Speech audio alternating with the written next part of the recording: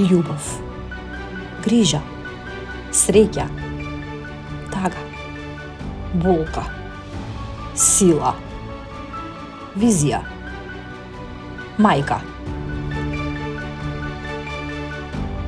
Започнува Мама Визија. И ме иритира коментари од типот "Ау, колку се поправила" или имаше и колеги на работа. Мислам, нормално трудна жена, не се вика на трудна жена, па и на жена ако е поправена, што не е трудна, не се прашува, општо не се кажува дали си поправена.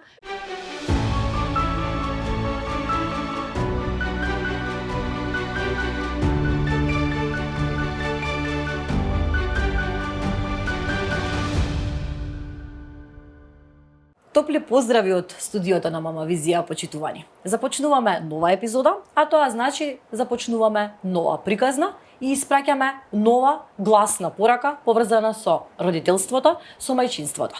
Овој пат низ мајчинството, низ приказната на мајчинството на една наша популарна јавна личност, се работи за Катрина Круезију. Реков дека ќе го погрешам. Дали го погодив името? Акцентот на името. На тоа се фокусирав. Добре, ни дојдовте. Радост ми е што ве имаме во нашето студио. Добро те најдов. Не сте зборувале за мајчинството, вие сте мајка на малиот тинејџер, ќе речеме, Уран, 11 годишно момченце. Ќе раскажеме вашата животна приказна од почеток. Кога се реализирате како мајка, на која возраст? На 27 годишна возраст го роди Уран, тоа беше или не 28 уствари, пошто 27 години има кога останав трудна, 28 кога наполнив, оне 3 недели е после мојот роден ден. Така да веќе имав 28 години. Он е 2014 роден и можам да кажам дека тој ден е најубавиот ден во мојот живот. Да. Такво чувство, значи, стварно, не знам, додека не се осети тоа чувство, може да каже некој дека може да замисли какво е чувството, инстинктот на мајка и тој филинг, но стварно тоа е најпрекрасниот момент и најубавиот момент во мојот живот. Дали претходно размислувавте за тоа дека сакате да се реализирате како мајка? Дали си мечтаевте? Имавте ли такви размисли претходно, можеби како млада девојка, како детенце кога сте си играле со куклички? Кога се јавуваат првпат вашите чувства и желба да станете мајка? Од секогаш сум сакала да бидам мајка и да се реализирам во таа улога и да имам фамилија. Тоа ми било уште од млади години таа идеја. Меѓутоа, тој период кога бев во врска, бев берена, уствари бевме со мојот сопруг, некако имаше период кога сакав да почекам некои работи, имаше период кога требаше се вработив, требаше решение да добијам, па чекај сега, па не оваа година, па не наредна година. Имаше една фаза, еден период кога нормално сите луѓе тоа си ги калкулираат и си ги планираат некои битни работи во животот, затоа што да донесеш дете на свет е много сериозна одговорност. И имаше период кога сакав да почекам неколку години, пошто едноставно не сакав, не се чувствував спремна и мислев дека не е правиот момент. Додека не наполнив 25 години. Тогаш добив желба за дете, но имаше една фаза, еден период кога едноставно не можеш да останеш ти трудна баш ти кога планираш и кога сакаш, да.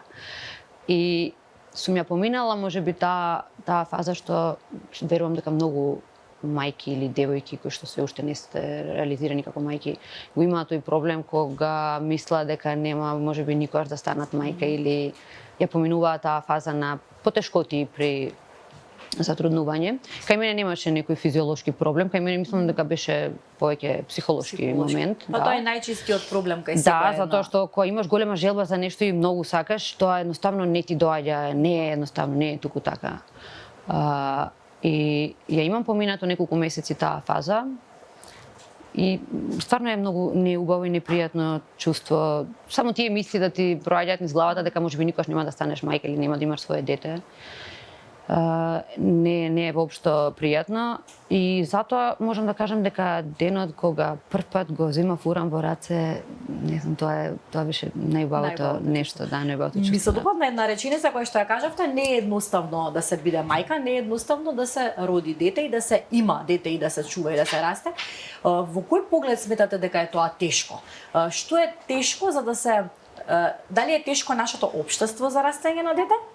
Или во кој поглед сметате дека е тешко? Многу зависи од која перспектива го гледаш тоа, пошто за некои луѓе многу едноставно да направиш дете. Тоа е, дури имам слушано коментари во тој период кога као не можеш дете. Па тоа најлесно е да останеш трудна, значи. Да.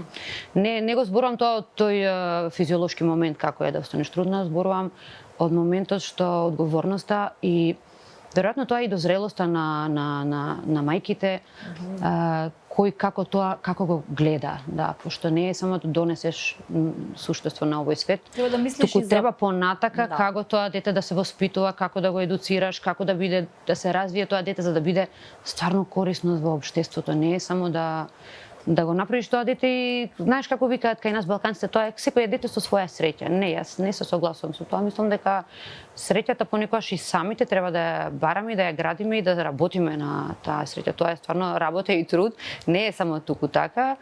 Сега кај некого е среќата моментот на зачнување на плодот, кај некого, меѓутоа сепак одговорноста е голема. Затоа викам дека не е лесно да се биде родител, не е лесно да се биде поготово мајка, пошто на нас жените е најголемиот терет, најголемата грижа и улога наша најбитна е тие првите години на детето. Да го застанеме тоа дете на мозе и секако како што кажавте да израсне во добар човек, пред се да се испрати на вистинскиот пат. Дента кога дознавте дека сте бремена. Ајде пресетете се на тој момент. Како изгледаше тоа? Толку бев радосна што едноставно ми беше страв да поверувам дали е вистина или не, да не бидам разочарана. Дури мојот сопруг тогаш се сеќавам дека апсолутно беше збунет и одма се затрча да купи уште еден тест. За сигурно. За секој случај, да, затоа што стварно бевме превозбудени и кога очекуваш нешто и кога многу сакаш и се плашиш некогаш од моментот на разочарување и кога го направив и вториот тест, јас веќе бев 100% сигурна. Он беше како чекај да видиме и лекар и друго, но она нормално лекарско мислење, но јас чувствував и осеќав дека сум трудна затоа што претходните 4-5 месеци јас едноставно тоа си го трнав од главата си. Реков, одев јас едно 5-6 месеци на некои стимулации, хормонални терапии за да останам побрзо трудна. Но сватив дека тоа ми прави огромен терет, психолошки терет и се сеќам беше мај месец или јуни и викам ќе дојде летото, ќе се опуштам едно 3-4-5 месеци, нема да мислам на тоа, што биде нека биде, ќе се опуштам, не можам пошто стварно ми беше премногу стресно и викам од септември, октомври, ако не инвитро ќе си направам и ќе си тргнам иницијатива, да. Али моментално сакам летово да уживам. И тогаш се случи кога останав трудна, токму тој период, да. Но многу често од гостинките кои што станале бремени, кои што имале да речеме некаков проблем, го споделуваат моментот лето најчесто кога ќе се Ама навистина го трнав тоа од глава, не рачунав ни денови, ни период, ништо, тотално се опуштив, навистина тоа решив, пошто сватив дека ми е потребно да навистина се опуштам. И тогаш се случи. Каква бременост имавте? Какви беа тие 9 месеци за вас? Многу беа спори. Многу спори, досадни и многу бев мрзлива тој период. Јас цел живот сум внимавала и на исхраната, и на изгледот. Буквално секојаш сум внимавала и сум пазела што јадам. И веројатно и дека се опуштив и се олабавив дека сум трудна и мислев дека можам колку сакам да јадам. А и ниту еден доктор тогаш на почеток ми немаше кажано како внимавај, што може да се случи, као нормално е тоа кај нас жените да се поправат во бременост, меѓутоа нормално, од нормално до нормално има разлика. Значи јас бев поправена 26 килограми. Не можам да ве замислам. Навистина многу јадев, цело време само лежев и јадев, буквално не одев пешки, ни еден чекор со кола секаде. И многу се опуштив и можам да кажам дека од оваа гледна точка не би го направила тоа повторно, затоа што тоа е една голема грешка. Стварно треба да се грижиме за првенствено за здравието, после изгледот, пошто изгледот пак ќе се врати, секако ќе ослабиш после тоа, но за здравието затоа што не знам како тоа многу несериозно си го сватив. А и претходно не вежбав, не тренирав, не сум била никогаш дебела, сум била секогаш фит, но не сум имала навика да вежбам. Да, генетиката имам голем удел. И многу пасивна бременост имав. Здрава бев, супер бев све, ама некако го користев секој момент до максимум да за лежење. за лежење, за да ме тинтра, нормално да ми донесат храна, некако ние жениве сакаме да уживаме тој период. Да, и имаме право да уживаме тој период, па али не до толку да претераме, да. Ви пречеше ли тоа физичкиот изглед со оглед на тоа што сте дама која што важи за една од најубавите жени кај нас, една жена која што е инспирација за многумина во однос на физичкиот изглед и покрај тоа што не е најважната работа, но вам како дама ви значало секогаш како изгледате, ви пречеше тоа тогаш тие 9 месеци, тоест последните месеци кога тоа веќе било видливо кај вас? Тие 9 месеци апсолутно не ми пречеше ништо, не се занимава воопшто и не се вознемирува воопшто за мојот физички изглед, затоа што стварно бев пресрекна, имав друга побитна цел и апсолутно го занемарив тој момент на физичкиот изглед, затоа кажам дека тоа е голема грешка. Битно е да имаш здраво бебе, да биде добра здрава бременоста, меѓутоа сепак треба да се грижиме за тоа што после тоа. Првиот момент се сеќам кога се видов од кога се породив на огледало. Тоа ми беше најголемиот шок и повеќето мајки тоа го кажуваат како така по травматичен и шокантен момент, да, затоа што кога имаш бебе во стомакот некако се тоа изгледа понормално и природно да бидеш али кога ќе се роди детето, се роди 300, мислам дека беше. Значи, кај се другите 22-3 килограми, тие другите беа на мене, што е нормално, првиот месец тие 10 килограми се губат, вода, течност. Течност, да, така. Али пак си останав, мислам, не бев дебела и воопшто не ми се свиѓаше тоа што го гледав во огледало. И додека го доев малиот, еднашка пробав малце да редуцирам во исхраната и сватив дека тоа го пресекува и млекото и дека не би требало да почнам со диета или било каква промена во исхраната тој период додека го доев до 7 месец и беше тоа, мислам, немако трпно, него се трудев до максимум колку што можам, затоа што стварно сакав да го дојам, тоа е навистина едно убаво чувство, отколку многу убаво чувство е кога, не знам, детето го доиш и многу е поздраво и за бебето. После 7 месец негде за околу 4 месеци успеав да се ја вратам претходната килажа. Фактички до првиот роден ден на Уран, јас веќе се вратив во килажата претходна, меѓутоа пак не ми се допаѓаше телото, пошто веќе не е тоа, таа кожа останува вишокот и тогаш сватив дека морам да почнам да вежбам. Да, тогаш сватив дека морам да почнам да вежбам и можеби од таа лоша работа, од тој лош физички изглед, произлезе нешто добро затоа што почнав да тренирам и после година, дена, две, мислам дека направи убаво тело од било кога во животот. Да. Знаете како овде кога беше Бубало, не знам дали ја гледавте таа епизода, таа рече, таа испрати многу убава порака. Не физичкиот изглед во бременоста важен само за тој изглед и за нормално здравјето и на бебето и на мајката, туку тој физички момент на вежбање и на кондиција многу помага после кога треба да се земе транспортерот, па да се влечат тие торбици и така натаму поврзани со растењето на бебето, така што има логика и во тоа.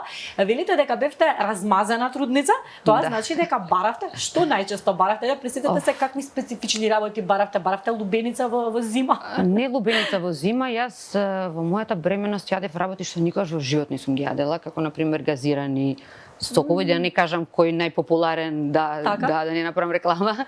Значи никогаш не сум пиела газирани сокови, чоколади, сладоледи, значи благо, шеќер, многу работи нездрави и имаше и едно нешто што постојано го јадев, што не знам дали од кога сум го родила Уран 3 пати дали сум јадела, тоа е симит погача. Ке ми текнеше во 1-2 ноќе во фурната кај бабичка во чај. Во чај, па најубавата симит погача. Не знам зашто тогаш тој период тоа ми беше фетишно симит погачи. Да, многу ми се јаде симит погачи, а не сум јадела претходно и не јадам многу ретко, значи дали еднаш на 2-3 години ќе ми текне или не знам, не памтам. Јаде сега Уран симит погачи? Мислам дека Уран, не знам и дали пробал некој симит погачи или дали знае што е воопшто. Зашто обично така викаат мајката тоа што го јаде во бременоста, потоа детето го јаде тоа што го Не, јас тоа не го јадам, но ете тоа е нешто што ни мене не ми е објаснливо зашто тогаш. Покрај храната си забележавте ли некакви други промени во однесувањето, во нешто што можеби сте го правеле или не сте го правеле претходно за време на бременоста? Забележавте нешто поразлично кај вас? Многу брзо се нервирав и ме иритира коментари од типот "Ау, колку си се поправила" или имаше и колеги на работа. Мислам, нормално трудна жена, не се вика на трудна жена, па и на жена ако е поправена, што не е трудна, не се прашува, општо не се кажува дали си поправена. И такви некои коментари многу ме иритира. Значи страшно, не знам зошто бев таква цело време бев. Нервозна, нервозна бев, да, пошто работам и со деца, тогаш работев и во нижо музичко и во средно, и со помалите деца некако осеќав како да немам толку нерви како претходно. И од тогаш, фактички од кога го родив Фуран, веќе не предавам во нижото музичко, само во средното, затоа што не знам, некако ми дојде премногу од мали деца. Многу мислам, ја сакам деца, но те исцрпуваат. Малите деца имаат премногу прашања, многу сакаат да знаат и не можеш да им се љутиш за таа нивна радозналост. И буквално 2 часа со деца помали, секако како еден, мислам дупло. 2 часа со мали деца е како 4 со деца од средно. Да, верувам. Многу се исцрпував и со мало дете викам не знам дали ова ќе можам и тогаш се фокусирав и се ориентирав само во повозрастните, кои што се или полесно можеме и да се разбереме. Да, тинеџери се, ама поразлично е со нив, да. Повозрастни се и не треба толку, кај малите деца треба и да се внимава што прават, не е само учењето во. Да, и треба да се повторува многу со помали деца, пошто тоа се деца од 5 годишна возраст па нагоре, да. Да, верувам не може така, капацитетот е поразличен, се согласувам. Се сеќавате ли на денот на породувањето? Тоа се случило во април, како што тоа беше 15 април, да. 15 април. И се сеќавам дека врнеше. Каде се породивте и каков беше тој ден? Се породив во Систина и цела бременост јас се спремав, читав, се информирав за природен пораѓај и апсолутно ни на крај памет си викав што и да биде, само да не биде царски, пошто не сакам операции, не сакам воопшто болници. И супер беше, се окей. Нормално беше наместено детето, све беше нормално, меѓутоа последните недела, 2 нема воопшто контракции. И како да не сакаше да излезе уран воопшто, да. И знам дека го износев до крај, но поради еден мој медицински проблем што го имав решено 3 години претходно, јас имам вродена мана на срцето, имам АСД, затворен атриален септален дефект. И поради тоа што имам внатре како протеза, како чадорче, докторите не сакаат да ризикуваат да ми дадат лекарства, да не се предизвика некоја тахикардија или било што со срцето. И се сеќам само ми кажа докторот као денес, утре како го вадиме бебето, ја викам чекај, како го вадиме? Така вика со царски. Јас збунета викам со царски, викам па јас не сум читала ништо, викам како треба вика со царски. Докторот ми кажа што треба ти да читаш, вика јас тоа ќе го правам. Ти нема да го правиш. Ќе видиш. Успиена. Сакам да кажам дека не бев спремна психички за тоа воопшто. Може би и подобро во да, може би и поглед. подобро, да. Не бев воопшто спремна психички за нешто такво. Но искочи дека навистина беше многу лесно и јас кога се породив дента викам па ја вака 10 деца би родила, стварно ми беше многу така едноставно, многу лесно, најголемата мака и болка во целиот пораѓај беше иглата која што ми стоеше на оваа вена, пошто јас имам осетливи вени. Тоа беше најтравматичното и најболното место. Нормално и процесот, пошто со спинална ти слушаш, она не е многу пријатно, ладно е во сала, тоа секако дека не е баш пријатно, меѓутоа апсолутно после тоа нема проблеми. Лесно закрепнавте по царскиот рез, секоја често колку е така? Па нормално е првиот момент само кога станав ми се слоши, нормално е тоа после било која операција, но се издржуваат тие болки, не знам, јас бев, не знам, многу јака, многу издржива, порано бев издржива на болка, сега не знам колку сум.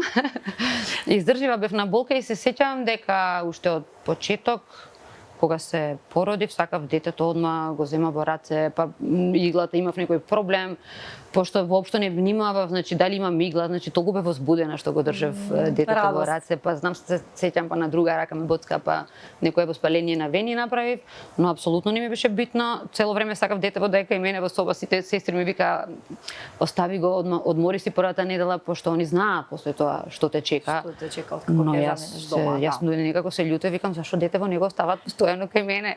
Вие сте имали и енергија и имав желба. Јас се сеќавам дека после недела дена, кога се вратив дома, првото бањање на детето, јас со царски рез, јас сакав да го бањам детето. Значи, викам, јас ќе го бањам, не дека немав помош, мајка ми, свекрва ми. Не, јас ќе го бањам, после мислев дека јас најубаво тоа знам да го направам и не знам, го имав тој мајчински инстинкт од Не сакавте првиот помош, момент. бевте од тие мајки кои што сметаат дека си Не, знаат. сакав помош, ама некои битни работи, како бањање дете, како тоа, викам, јас тоа ќе го правам и се сеќавам дека и раната малце ме болеше, но не знам, јас тоа сакав да го правам од почеток. Како вели секоја една мајка, вели тоа дека се сладки маки и дека се Да, забораваат. да, И мислам дека да. буквално се повторува кај секоја една да. жена. Уран има многу убаво име. Како доаѓа моментот да го крстите Уран, затоа што е навистина специфично? Уран, името му го одбра татко му. Јас имав некој друго име одбрано. Мене ми се свиѓаше името Ноар, но Уран некако по-машки звучи и многу е поретко име. Јас практично и не сум слушнала да се вика некој Уран. И Како ден планетата, знам дека многу Уран си го моќно. сака името и некако е горд за тоа што се вика како планетата Уран и кога ќе го прашаат како се викаш Уран, како планетата ќе каже. И му се допаѓа името и мене ми е драго што тоа име го одбравме. Така е, посебно машко име. Раставте во заедница или живеевте сами со сопругот и со детето? Не, живеевме на почеток бевме заедно, мислам во иста куќа, во посебни спратови со свекрва ми и свекор ми. После тоа неколку години се живеевме и сами. И реално кога живееш во иста куќа со постари, дали се негови или мои родители, небитно, значи кога имаш помош е многу добро кога имаш мало дете, затоа што сепак тука се, можеш детето на кратко да го оставиш, да отидеш да заврши некоја обврска. Стварно јас ти викам да се здрави и живи баби и дедовци, пошто без нив не знам што би правеле. Имав ја многу голема помош и од мајка ми, она постојано ми помагаше цело време додека беше Уран помал.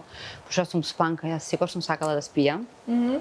Сега нормално како секоја мајка на почеток не си се соочила претходно со таков проблем, некој постојано на секој 2 сати да те буди и ти можеш и 10 сати да спиеш, ама ако не ти се споени по 2 сати, тоа немаш ти она длабок рем спиење што се вика тоа.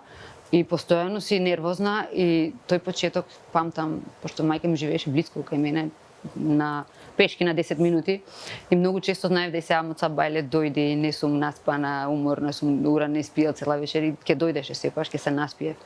Така да има некои позитивни страни со тоа што страни, така. да. А како бебе беше Уран? Мирно бебе? Како изгледаше тој начините на тие први месеци живот со него? Колку време ви требаше вас да закрепнете за да почнете да излегувате од дома, да го шетате? Какво бебе беше тој? Па, првата недела, мислам првите 5-6 дена ги поминав во болница, нормално таму супер, те третираат, те чуваат во такви услови, супер. Си викаш да е вака, стално мислиш 10 деца ќе родиш, да.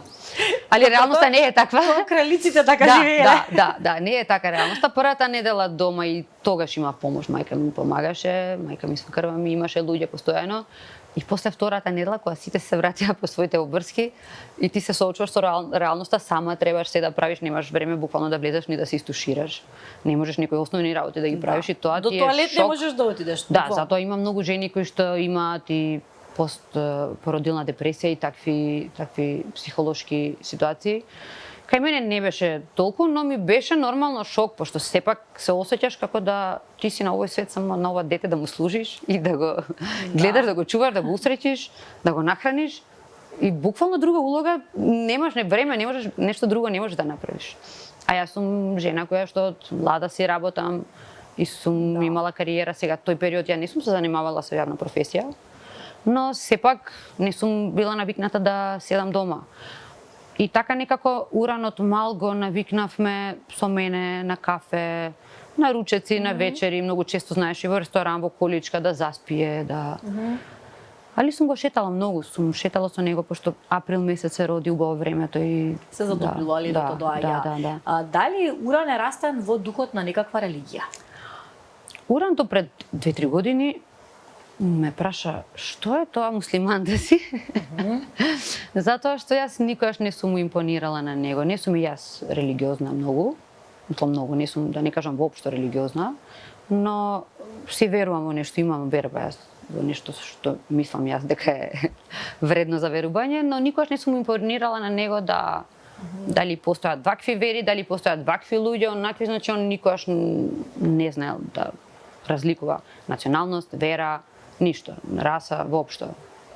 И знам дека на тоа прашање деца знаат никогаш да ти постават некои прашања на кои што не си спремен, пошто слушнало во школа, беше период некој Рамазан, не знам, и сега децава почнале да зборуваат, некои да постат и викам ти си мал, значи ти за религија уште си мал, не е момент за постоење, треба да пораснеш, треба сам некои работи да ги разбереш и знам дека почна да прашувам, меѓутоа никогаш јас не сум импонирала нешто дека би морало не му наметнувате. Не му наметнувам. Имате ли некакви обичаи кои што ги негувате во вашиот дом во однос на религијата?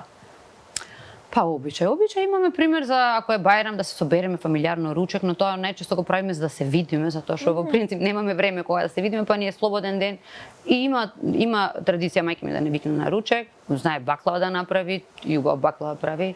И тие некои работи ни останале, но тоа е чисто колку да се дружиме и да сме заедно. И за адетот да се одржува на еден таков симпатичен начин. Што се случувало некогаш и да имам работа, се случувало и да не можам, пример, без разлика што е празник, се случувало да имам работа или да не сум овде, да сум надвор од државата, но сепак се трудиме тоа да си го зачуваме. Споменавте дека сте разведена, ова ми го кажавте надвор од разговорот. Кога се случува разводот во вашето семејство? Тоа се случува почеток на 2022 година, значи веќе 4 години, да. Има 4 години. Да, тогаш Уран имал околу 8 години. Тогаш има 7 или 8 години, нешто така, да. Како вашето семејство го преброди тоа? Како вие како мајка се обидовте да му го објасните тоа на вашето синче? Па на почеток беше како не му беше многу јасно на Уран дека сме разведени затоа што не сакавме да го слушне зборот развод, пошто за секој дете тоа е многу тешко. Едноставно му објаснивме како ќе живееме еден период. Мислам, ние кога бевме разведени имаше период кога живеевме заедно, но кога веќе физички се одвоивме, некако му објаснивме дека јас живеам тука, татко ти живее на друго место, како беше битно да не му се спомне тој збор за да не знае. Да. Но како поминуваа годините, он веќе растеше и не можеш тоа да го криеш вечно и веќе он сати дека ние нема повторно да бидеме заедно. И за секое дете мислам дека разводот доаѓа како нешто многу тешко и травматично е, без разлика дали имало кавги, караници, па и да нема караници, и да е на најмирен начин тој развод, пак децата го доживуваат како нешто најтрагично е за дете, мислам дека тоа. Секое дете се плаши при секоја расправија дома, мисла дека родителите ќе им се разведат. Но сепак јас сметам дека побаво е да расте во средина каде што има мир, нема кавги, отколку да има погрешна слика за тоа како изгледа една здрава врска или брак, затоа што он утре во својот живот тоа ќе го практикува и ќе мисли дека тоа е нормално. Секое дете надвор во светот си го носи тоа од дома што го гледа. Да. И ако ги дома, имитира родителите. И ако дома он осеќа негативна енергија или има кавги, има расправи за него, тоа е нормално и он никош нема да има здрав и убав живот, мислејќи дека тоа е нормално и дека сите тоа го прават и дека сите тоа е исто. Да, и докажано е дека децата ги имитираат родителите. Значи буквално го прават тоа што го гледаат. Ако дома има тензија, има нервози, има караници, и он утре кога ќе си има партнер ќе смета дека тоа е сосема нормално. Што не е. Како ви поминуваат овие 4 години како самохран родител, како мајка која што ете можеби поголемиот товар е на ваша страна, сега не знам, можеби релацијата ви е добра со поранешниот сопруг, но ете како ви поминуваат, како се чувствувате овие 4 години? Искрено не сум осетила никоја преголема разлика од претходна, затоа што навистина сме останали во многу добри односи, комуницираме секојаш што и да треба за детето. Он е секојаш згрижен, на него ништо не му фали, треба да е секојаш среќен, задоволен, што и да треба, никакви немаме, како да кажам, немаме нешто злоба, лошо, да се пребацува нешто, да имаме било какви, не, воопшто. Навистина, можеби, не знам, јас сум навистина среќна што имам таква релација со мојот бивши сопруг. Он е навистина прекрасен татко. Можеби како сопруг не успеал не сме успеале како брачни партнери да се поклопиме, меѓутоа он е прекрасен татко и навистина многу е грижлив и нема зашто да не се согласуваме. И мислам дека по следно време Урани веќе како расте разбира и го прифаќа тоа како нормално. Да, тоа е што е. Калтина, вие сте растена во Скопје север, во тој крај на Скопје. Сакам да се присетиме и на вашето детство заеднички, да евоцираме спомени од црно-белите фотографии од вашето детство, од вашата мајка, вашите родители, имате двајца браќа, колку што знам, и растени сте во музичка фамилија, колку што можев да дознам за вас од социјалните медиуми. Природно дошло и вие да се занимавате и да бидете професорка по музика. Кажете ми за вашето детство. Како изгледаше тоа? Јас како дете, мајка ми вика, помирно дете немало, вика, каде ќе те оставев, таму ќе те најдев. Навистина сум била многу мирна, срамежлива, послушна, паметно дете. Дури сега мојот карактер мислам дека апсолутно не се совпаѓа со карактерот мој како дете. Може би затоа што сум била поразгалена, најмала, браќата мои доста разлика, едниот 8, едниот 10 години. И немале никогаш проблеми со мене. Секогаш сум била одлична ученичка во школа, сум идела паралелно и во музичко, клавир свирев од 5 годишна возраст. Дури првен почнав музичко да учам. Се сеќам кога отидов во музичко, не знаев, молив да држам, затоа што не знаев ни да пишувам, првен научив ноти да пишувам, после да пишувам букви. Букви. Да. Затоа што моите браќа одеа веќе во музичко, јас сосема случајно се погодив, немаше веројатно кој да ме чува, некој попладне, па така ме зема брат ми во музичко и професорката тогаш Нада Гајич беше многу позната професорка и многу добра жена, она која ме слушна како пеам, одма вика ја запишуваме. Не ме ни праша, мене буквално ме запиша. Нема праша. Пошто се знаеше дека ќе се занимавам со музика, мајка ми е наставничка по музичко. Беше браќата, едниот виолинист, другиот кларнетист и некако се подразбираше дека и мајка ми е музичар, да. И на времето пеела кога помлада. Само татко ми беше ликовен уметник, да. Но сепак се е во кругот на уметноста. Мада и мајка ми имаше период кога црташе, имаше и она некоја своја изложба, самостална изложба направена, не се сеќам која година, мала бев јас. Само она црташе повеќе цвеќиња и такви некои слики, поженствени слики. Каква мајка беше вашата мајка? Како ве воспитуваше таа? Дали се отсликувате? Дали сте слични во тој поглед? Не сме воопшто слични во тој поглед. Можеби во погледот на некои вредности фамилиарни, да, но во карактерот сме многу различни. Она е таква жена наставничка од, мислам, порано во комунистичко време, знаеш какви биле тие строги наставнички. Таква да ја замислиме. Па не со стапче, ама таква со став. Мислам, не знаат младиве генерации колку и да им објасниш како тоа изгледа. Мислам, какви наставнички тогаш сме имале. Стварно сум била многу строго воспитана и чувана и под контрола постојано. Пошто и она ми предаваше музичко во основното школо каде што јас учев, она тука предаваше и буквално, да не кажам како затвор ми било, пошто ќе звучи многу лошо, но секогаш сум била под нејзина контрола, а нормално и двајца браќа постари има, така да никогаш не ми дозволиле да скршнам од патот или да сгрешам или да направам било каква глупост. Не дека сум имала таков карактер или дека сум била немирна, едноставно не знам, можеби не знам колку можам да кажам дека дете може да е зрело, но за мои години мислам дека бев доста зрела, затоа што и кога почнав да излегувам и во тинеџерски години со браќата мои се дружев, со нивни пријатели и секогаш со постари луѓе сум се дружела и не знам.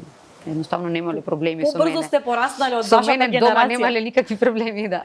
Билете дека вашата мајка ви предавала како изгледаше таа мајка? Тоа беше многу тешко. Знаеше некојаш и четворка да ми стави само за да видат другите деца дека нема попуштање, дека мора да седнат да учат, а мене најмногу што ме иритираше пошто јас учев музичко, свирев клавир, ја и на концерти свирев клавир и јас ќе добиев четворка музичко и ми беше многу тешко и криво. А тоа дома и во училиште се правеше разлика, значи немало да се мешаат кога сте во училиште. Не, нема фаворизирање, ти си моја ќерка, па сега мора. Мада јас сум била секогаш одлична, никогаш не сум барала помош ни за домашни, ниту сум имала потреба, но некогаш пошто музичко јас стварно знаев. Само теоретскиот дел ние не го учевме, во музичко учевме солфеж, клавир, а теоретскиот дел историја на музика тоа некако И јас се трудев некогаш да запушавам. Се ескивира малце, Да, кога и се затоа може. знаеше, да. Знаеше некогаш четворка да ми стави. Како и се обраќавте, мамо или Не, нема мамо, нема мамо наставнички. Наставничке, сестро? Не. Беше ли за неа радост кога вие се вработивте како Па да, мислам дека учителка, да. на тоа што одите по незините стапки? Јас реално Како не сакав да работам никогаш како професорка или како наставничка, затоа што не знам, ми беше тоа некако досадна професија, моите родители тоа го работеле цел живот. И си викав, нема шанси, но едноставно ми се пружи прилика, уште абсолвент кога бев 21 година имав, една моја пријателка на мајка ми, моја сегашна пријателка, она држеше часови во нижото музичко, но имаше премногу часови и не можеше да постигне и ме замоли дали можам барем 4 часа во неделата јас да ги превземам. Тоа беше 2 пати да се оди по 2 часа, јас како абсолвент. А тогаш само што се заљубив и таа година мислам дека и веридба правев. И некако многу работи ми се случија во животот, сега мајке пробам зашто да не, мислам тоа музичко училиште од секогаш сум го сакала од мала. Тоа Да, ми е има како магија. втор дом, да. И некако таму да работиш тоа време беше стварно престиж, пошто не секој можеше да работи во тоа школа. Нивото и на образованието, не само на тоа школа тогаш, меѓутоа и на образованието нивото беше поразлично и некако тоа си го прифатив како хонорарно не е нешто Зашто да сериозно. не? Да. Па од година на година се дуплираа часовите, додека веќе не добив пол фонд на часови и сватив дека мене навистина ме бива со деца, затоа што првите години многу бев амбициозна, децава секогаш понадпревари одеа, награди добива и некако тоа ме мотивираше како секој почетник, многу бев амбициозна. И не планирав дека таму ќе останам. Има ли уран дарба за музика? Има талент, има дарба. Одеше Иван во музичко 2 години, свиреше виолина, но не покажуваше некој преголем интерес, а јас па не ја правев, јас па не поставив како моите родители да му кажам дека мора ти тоа да го учиш и да го форсирам, па сега ќе вежбаш толку часа, па да го затварам у соба, па сега ти ќе вежбаш. Вие така, баш бевте така строго. Да, јас само седев на клавирот и на саатот гледав како поминува времето. Понекогаш стварно ти е досадно, некогаш ти е убаво да свириш, но некогаш музиката е уметност, значи не е тоа дека мораш да го правиш. Кога си дете, поинаку ги прецепираш работите, сакаш да си играш. Поготово веќе кога наполнив 14 години, затоа што многу долг период учев и изгубив желба. Едноставно изгубив желба, ја немав таа желба како на почеток да вежбам. И буквално мораше со саати да си седиш во соба и да свириш. И јас тоа не сакав да му го направам и сатив дека не може да се фокусира. Денешните деца е тешко да се фокусираат на било која сфера, не само во музика и уметност, да се фокусирани барем 45 минути, 1 час да го изслушаат и да се тотално... Концентрацијата не има како... Многу брзо им паѓа концентрацијата затоа што се постојано со... На телефон. Со уреди, со телефони, со таблети, со игри, со... Добро, ура нема социјални мрежи се уште и се трудам тоа да трае колку може максимално, затоа што ја тоа го работам и знам колку тоа може да штети на едно дете, поготово на тинеџерите. Да, но се појавува понекогаш на вашиот се профил. појавува на моите видеа, да, детенце. и мислам дека тоа му се допаѓа затоа што стварно ја мислам гледа дека тоа е работа и он чувствува некоја сатисфакција и се чувствува среќен дека може да помогне Дека или помага, да така, помага, да, и тоа машкиот инстинкт во него се буди како да. И интересно е со него да се работи, Да се затоа работи. што забавно е, секогаш е забавно. Колега на социјал, да. колега помалиот инфлуенсер. Влегувате, велите, во тој свет нешто подоцна пораѓањето на Уран, на која возраст беше тој кога вие почнавте да се занимавате со инфлуенсерство? Па Уран тогаш да имаше 3-4 години. Да, Малечко. веќе јас почнав, се вратив да работам со шминкање, пошто јас паралелно работам и како шминкер. Да. И фактички и тој период кога бев јас трудна и кога се породив, јас постојано тоа го работев, што тоа ми е како приватен бизнис и Си уште ја работите шминката? Да, како... да, но не толку често како порано, затоа што повеќе сум ориентирана на социјалните медиуми и на дигиталниот маркетинг, па ја сакам и таа работа, стварно тоа ме опушта, тоа е исто како цртање, само што не црташ на платно, црташ на лице, што е за мене, не знам, можеби и генот од страната на татко ми сум го наследила, па тоа навистина ми дава некое задоволство. И што ми беше зборот, што беше прашањето, извини? Како влегувате во тој свет и ете ме интересираше... Сите соработки фактички мои први почнаа преку шминкањето, брендови, светски брендови, познати, ми праќа PR пакети, да ги снимам, да ги сликам, да ги користам на девојките. И така почна тоа со компензација со производи. И после некое време видов дека моите слики стварно привлекуваа внимание затоа што бев млада мајка со мало дете, згодна, почнав да вежбам, направив стварно супер тело, убаво изгледав секогаш средена, секогаш нашминкана и сватив дека тоа кај луѓето, да кажам, пали, привлекува, да. И ти на таков начин можеш било кој производ да ми го продадеш. Да. И сосема случајно таа професија, која не беше ни професија тогаш. Знаете зошто? Да, не беше во тоа време. Знаете зошто ова ве прашав, затоа што ете полека некако и вашиот син влегува во тој свет преку вас секако. Па како тој реагира? Сега тој нема социјални мрежи, но знае дека мајка му е популарна, се појавуваат и на телевизија, има па добро, и него го има некош на некои видеа, некои спонзорирани, па деца го гледаат, па го препознаваат, без разлика што нема социјални мрежи. Да, затоа велам, но и тој е свесен дека неговата мајка е популарна јавна личност. Како тој реагира на тоа? Тоа е малце осетлива тема. Ќе раскажам и за тоа. Доскоро многу се нервираше. Значи зашто постојано кога движиме негде низ мол или по улици, значи луѓето ме гледаат. Дури ми имало многу ситуации некогаш кога ќе седнеме да ручаме, па има од други маси луѓе и сликаат. И на него тоа му е малце стресно и не му е убаво, да. Не се осеќа воопшто пријатно. Мада последно време се навикнал и веќе мислам дека не е дека не му смета, но веќе знае дека како функционира тоа и знае, сум му објаснила луѓето како ме доживуваат, затоа што он различно ме перцепира и ме доживува. Јас сум негова мајка, другите луѓе, јас сосема сум некоја личност која што нема допирна точка и немаат не знаат со мојата реалност никаква, мисла дека ме познаваат од социјални медиуми, меѓутоа кога ќе ме видат со дете сосема различна слика. Сигурно сте во друга улога. Што правите со Уран? Како се забавувате? Како го поминувате? Какво детенце тој, какви интереси има? Како го поминувате слободното време со него? Освен што мора да се учи, нели, нормално? Па јас би кажала како за дете што има мајка која што е постојано со социјални медиуми, со таа работа, мислам дека е многу нормално затоа што он секогаш кога има избор дали да игра со деца или да игра некоја социјална игра со мене или било што да се забавува или дали да седи на таблет или игра некоја игра на телефон или сони, секогаш бира да се дружи со деца, да игра или некоја социјална игра да друштвено нешто. Да, што во денешно време децата се навистина сите се ориентирани само кон технологија и ништо друго не ги интересира. Со него знаеме многу често да идеме да играме, дали на флипери, дали некоја социјална игра, дали шах сакаме да играме понекогаш. Меѓутоа, многу често се караме и се љутиме, пошто најчесто јас победувам, а и јас сум таква не попуштам, пошто сакам да го натерам да научи навистина да игра. И дека треба да губи некогаш. Да, и дека некојаш треба да губи, пошто и јас и он сме овен во хороскоп и двајцата сме ист знак и ние сме малце тврдоглави и не знаеме и не сакаме да губиме.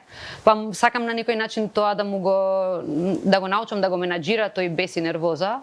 Па затоа и не му попуштам. Но знае да е забавно и знаеме да играме доста игри. Каде шетате надвор? Каде одите на одмор најчесто? Која би била најдалечната дестинација која што сте ја посетиле? Па со него имаме патувано најдалечно Германија, да, Турска, Грчка. Грчка ни е најблиско и ни е најпогодно ни е за детски одмори. Они како мал најчесто сме иделе таму затоа што сум мало дете, еве го 3 сати каде, дали се разболело, дали некако секој што јас сум го имала предвид на ум и дестинација каде што ти е најблиско е најидеално со мало дете. Мада не е дека он многу сака да патува. Знае некојаш и да ми каже ако сакам да идеме негде викенд. Не можам јас или не сакам овој викенд или си има он своји веќе планови, си има он свој живот, некако си се своји пријатели што се договорил можеби нешто планови, да, се плашите ли од пубертетот? Тој има 11, сега уште малце 12 години. Се плашите ли како мајка од пубертетот на синот? Со оглед на тоа што зборувавме пред да се вклучат камерите дека пубертетот некако порано доаѓа кај новиве генерации. Да, порано доаѓа. Не се плашам пошто јас сум таков карактер имам, јас сум доста храбра и борбена и со тоа што треба да се носам, ќе се носам па да е последно. Таков карактер имам. Не се плашам, но знам дека ќе биде тешко и напорно. Но ќе биде и убаво, затоа што мислам дека Уран секогаш ќе си има мајка на која што може да и се отвори во било кое време, да разговара на било која тема. Јас навистина многу комуницирам со него и многу разговарам и сакам секогаш да знае дека сум му поддршка и дека сум тука за него, затоа што не знам, јас сум генерација пред 2000 година, каде што децава се воспитувале на различен начин, имало многу повеќе правила, имало што смееш, што не смееш. Дури децава некогаш можеби моја генерација биле толку затворени што не смееле или да кажат или да се отворат на родител.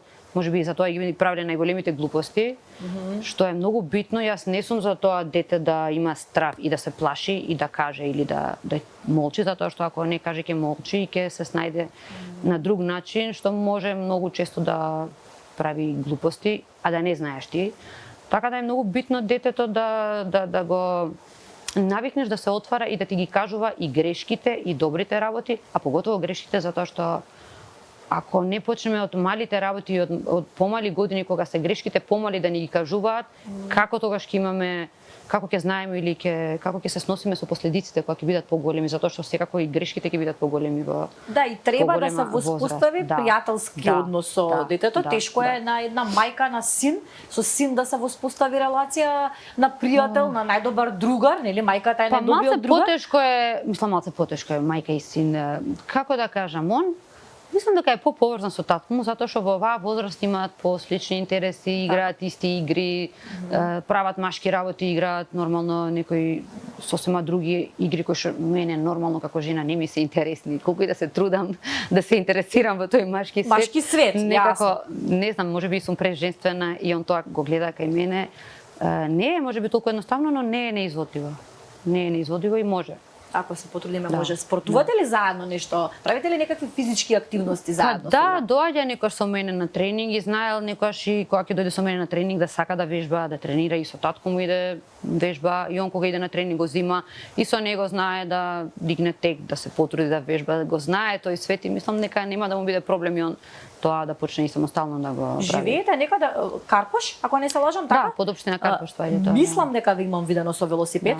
Возите велосипед, да, нели? летно време постојано еден возиме, подарок од вас, од нашите пријатели Букарт. Мислам дека фала. одлично ќе ви придаде и на вашиот стил и мислам дека го погодивме. Се надевам дека ќе ви се допадне. И со здраве да си го носите. Букарт, доколку не ги следите на Инстаграм, топло препорачувам да си ги заследите. Се надевам дека ќе ви се допадне. Сакаме да ги изненадиме гостите. Така, добро е.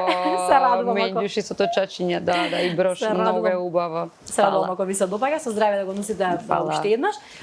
При крајот сме на ова издание на Мама Визија. Секогаш Зарем толку брзо помина времето. Брзо летна времето, брзо. Во Мама Визија секогаш испраќаме порака, но пред да испратиме пораката, сакам уште една тема да начнам со вас. Дали вие како еден родител, како мајка во нашето општество имате некоја порака која што сакате да ја испратите, да апелираме до надлежните? Нешто што можеби треба да се промени за поубав живот на мајките и на родителите воопшто во овде кај нас во Македонија? Па ја мислам дека најубавата порака до сите мајки би била таа порака каде што ја пак ќе се навратам во свеста наша, за да имате добро воспитано дете, првен треба да сме самите воспитани. Мислам, не само воспитани, туку и да сме зрели, одговорни, општествено одговорни луѓе, затоа што за една заедница не можеш ти да очекуваш твоето дете да направи чудо и да стане не знам колку подобро од тебе, ако ти самиот не си ја заврши таа работа со самиот себе си. Кај нас, за жал, не е практика луѓево да одат на психолог. Знаат деца некојаш да ги носат на психолог, кога ќе видат дека нешто не оди, не може да се соочат со тој проблем. Но сметам дека многу здрава работа е да се посетува психолог и за родителите, и за децата, затоа што ако не се работи на тоа исто како здравието, кога не боли нешто како што идеме на лекар, тоа исто и да. Психата е многу побитна од се, затоа што све почнува од таму, значи здравието и болести други и све доаѓаат од тоа. Ако немаме навика и рутина да посетуваме психолог со детето, па и сами некојаш, ако не почнеме од самите себе си да ги бараме грешките, не можеме да очекуваме дека нашите деца ќе бидат сјајни и совршени и дека ќе не извадат од некоја си наша криза, затоа што децата не разбираат дека и возрастните си имаат своји битки и борби и не можат сите работи да ги знаат и да ги решат. Без разлика што се возрастни, големи, не гледаат, но сите во себе си имаме некоја детска душа или некоја повреда со која што треба да се соочиме за да можеме да продолжиме понатаму. Да, и да работиме. Убава порака испратите, да, важно е за едно здраво население, важно е тоа ментално здравје на населението. На крај, вашата Мама Визија за Уран, која е она порака која што сакате тој да ја слушне сега или после неколку години кога ќе ја погледне емисијава? Па, сакам Уран, ако некојаш ја погледне после неколку години оваа порака, да знае дека секојаш сум била горда на него, дека секојаш сум го поддржувала и без разлика што и како и каде да е во животот, можеби и надвор некаде или не знам каде ќе биде, да знае дека секојаш сум тука поддршка и дека најмногу на свет го сакам. А вие сакате да остане овде или би биле поддршка да биде надвор? Види, моите желби не се битни. Не многу мајки не сваќаат дека кога ќе родиш дете не е твојата желба. Тоа дете треба да се осамостали, да си свати дека ќе си има избор и ќе си има свој живот. И секоја мајка нормално дека сака детето да си го има во близина како и ја што сакам, но он ако сака да проба да оди надвор и да успее во кариера или со било што ќе се занимава, секогаш ќе бидам тука да го поддржам, колку и тоа да ми боли, колку и да ми фали, а знам дека многу ќе ми фали. Интересно е што уште сега работите на тоа, свесна дека можеби ќе се случи. Па можеби, зашто да не, затоа што ако си добар и добар во тоа што ќе го работиш, а сигурно ќе биде добар Уран. Јас стварно не се сомневам дека ќе си се пронајде.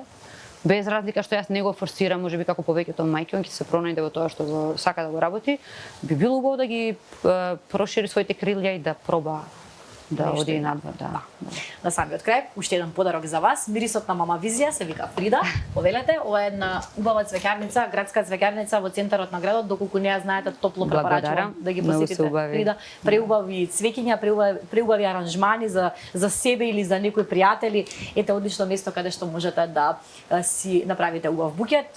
Многу ми беше драго што ја споделивте приказната за вашето мајчинство. Се надевам дека се чувствувавте пријатно во нашето студио. Преубаво се чувствува, фала ти на поканата и се надевам ќе се видиме во друга прилика. Секако. Се гледаме и во некоја друга прилика, вратите се отворени за прекрасни луѓе како вас, Калтрида. Почитувани и на самиот крај уште еден поздрав до уште еден наш спонзор, Бутик Дона, кој што се грижи за мојот изглед. Убавите фустанчиња од новата колекција веќе се пристигнати. Ќе ви се заблагодарам топло и вам што не погледнавте, што погледнавте уште една епизода. Мама Визија ви стои на располагање на YouTube каналот на Слободен печат. Ако сте пропуштиле некоја, погледнете. Поздрав.